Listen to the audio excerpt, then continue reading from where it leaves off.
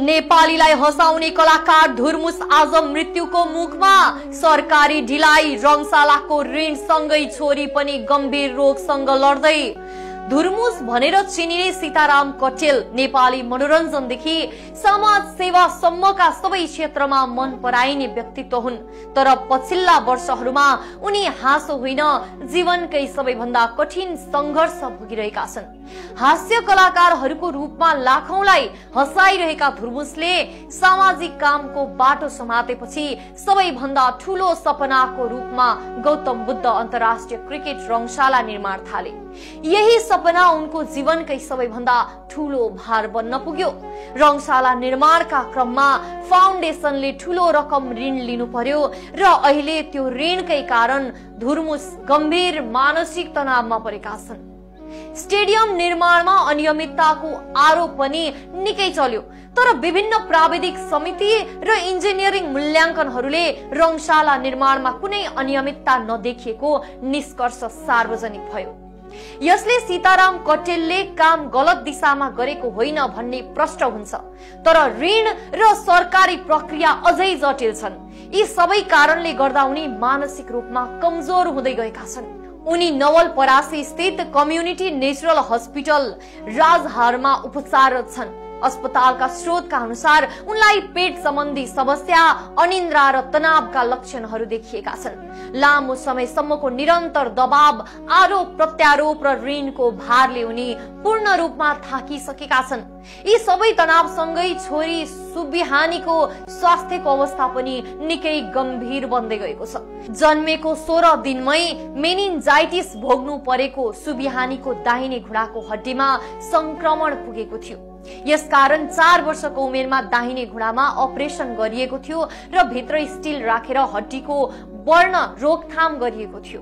तर सरकारी प्रक्रिया र रङशालाको तनावका कारण उनको दोस्रो उपचारमा ढिला भयो। अहिले 12 वर्षको उमेरमा उनको दाहिने खुट्टा देब्रे खुट्टा भन्दा करिब 7 सेन्टिमिटर सानो छ र हिपको जोइन्टमा दुखाइ देखिन थालेको छ। डाक्टरहरूले बताइसकेका छन् कि अब उनको खुट्टा तन्काउने र हड्डीको असमानता सुधार गर्ने उपचार लामो, पेनफुल र चरणबद्ध ढाँचामा गर्नुपर्नेछ। यसरी रङशालाको ऋण र प्रशासनिक ढिलाइले गर्दा सीताराम कटेल दम्पतिले व्यक्तिगत जीवन र छोरीको स्वास्थ्य दुवैमा गहिरो असर भोग्नु परेको छ। सामाजिक कामको लागि आफ्नो जीवन समर्पण गरेका कलाकारले आफ्नो परिवार र भविष्यको लागि निरन्तर संघर्ष गर्नुपर्ने अवस्था आएको छ।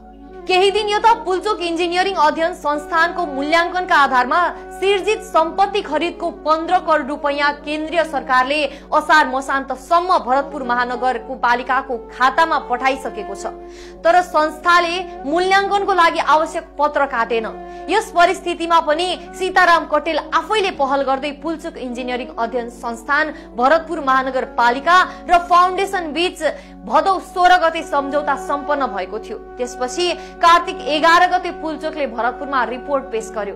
धुर्मुसले चितवन पुगेर दायित्व भुक्तानीका लागि पहल गरे पनि भरतपुर महानगरपालिकाका प्रमुख प्रशासनिक अधिकृतले अर्थ मन्त्रालयको कार्यनिर्देश आवश्यक रहेको भन्दै प्रक्रिया रोक्ने प्रयास गरे। अन्ततः आवश्यक पत्र लिएर काठमाडौँ पुगेका सीताराम कटेलले हाल युवा तथा खेलकुद मन्त्रालयमा त्यस सम्बन्धमा आवश्यक सुझाव सहित पत्र बुझाइसकेको जानकारी प्राप्त भएको छ। बिरामी अवस्थामा समेत सीताराम कटेलले पहल जारी नै राखेका छन्। सीताराम कटेल नेपालको सामाजिक सेवा र मनोरञ्जनको एउटा अध्याय हुन्।